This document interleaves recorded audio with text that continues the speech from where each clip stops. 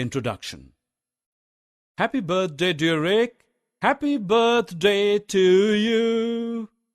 Happy birthday to you. Happy birthday to you. We were 4 friends at birthday party. Rick had cut the cake in 4 equal pieces, and each of us got 1 piece.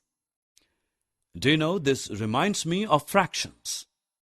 Want to know more? Join me to wade through the world of fractions. Objectives.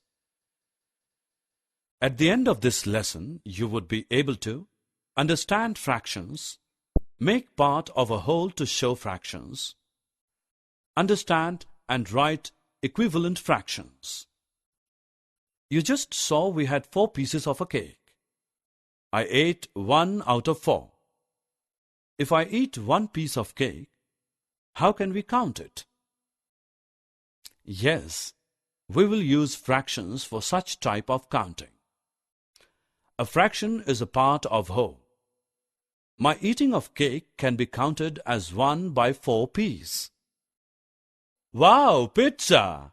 I like pizza very much. I like it too. Can you share this pizza with me?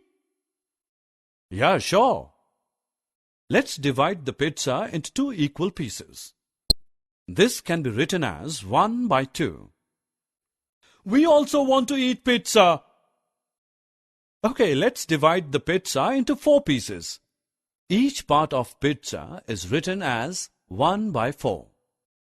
Let us now study about equivalent fractions. Look at the rectangular boxes given below. In the first figure, 2 by 4 boxes are blue, while in the second figure, 4 by 8 boxes are blue. Observe carefully. The blue-colored parts of both the boxes are same. This means 2 by 4 must be same as 4 by 8. So, 2 by 4 and 4 by 8 are equivalent fractions. Complete the following with equivalent fraction. Summary. Let us summarize what we have learnt. Fractions are part of the whole.